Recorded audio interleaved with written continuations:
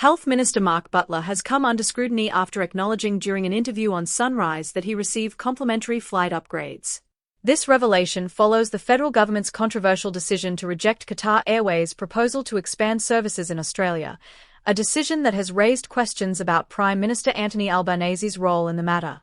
Opposition leader Peter Dutton has called for Albanese to refer himself to the National Anti-Corruption Commission over allegations of free flight upgrades, which Albanese has firmly dismissed.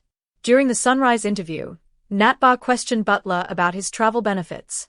Reports from the Daily Telegraph allege that Butler accepted a Qantas flight upgrade shortly after the government's rejection of Qatar Airways' bid. When asked if the claims were accurate, Butler clarified that he had received 4 upgrades over the past decade, all of which were properly declared in line with long-standing regulations. Addressing the specific upgrade in question, Butler explained it occurred on a weekend trip from Melbourne to Adelaide for a colleague's birthday. He had purchased an economy-class ticket and was upgraded at the airport without making any special requests. Butler emphasized that such upgrades are common practices by airlines to balance seating when business-class seats remain unoccupied. The issue of flight upgrades has taken center stage in recent weeks, following allegations in journalist Joe Aston's upcoming book, The Chairman's Lounge: The Inside Story of How Qantas Sold Us Out. The book claims that Albanese received 22 complimentary upgrades on economy tickets since 2009, when he served as the federal transport minister under Kevin Rudd.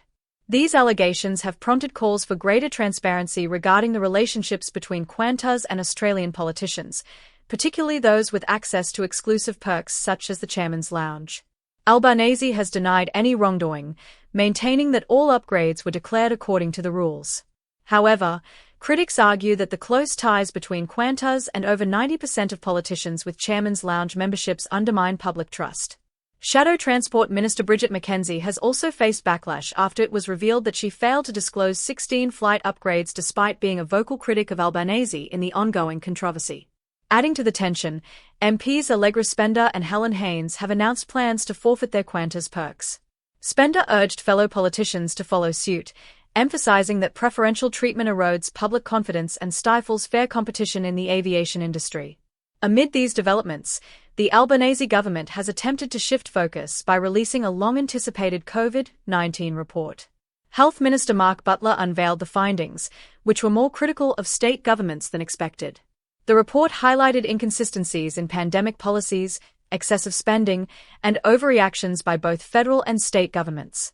The independent panel responsible for the report included a health professional, an economist, and a former bureaucrat. Among its key recommendations was the establishment of a $250 million Centre for Disease Control, CDC, to better prepare Australia for future pandemics. Butler has committed to implementing this proposal but faces challenges in executing it effectively. Interestingly, the report criticized the Reserve Bank for hastily lowering interest rates during the pandemic, which contributed to a surge in house prices and rampant inflation. While these findings target actions under former Prime Minister Scott Morrison's leadership, they also highlight Labor's consistent advocacy for even more aggressive spending during the pandemic.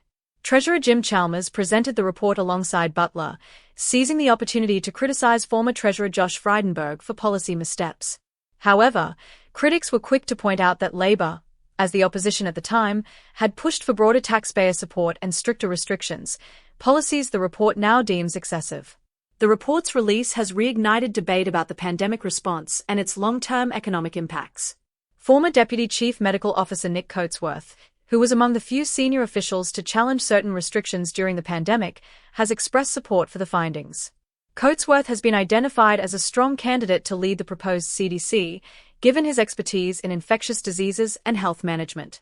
However, whether the Albanese government can make such an appointment without succumbing to partisan politics remains to be seen.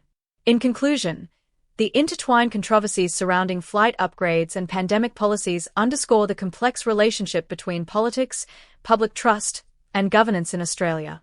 As the Albanese government faces mounting scrutiny, its ability to navigate these challenges will be critical in shaping public perception and future policymaking. Thank you for tuning in to Aussie Pulse. Be sure to like, share, and subscribe for more in-depth coverage of Australia's political landscape. See you next time.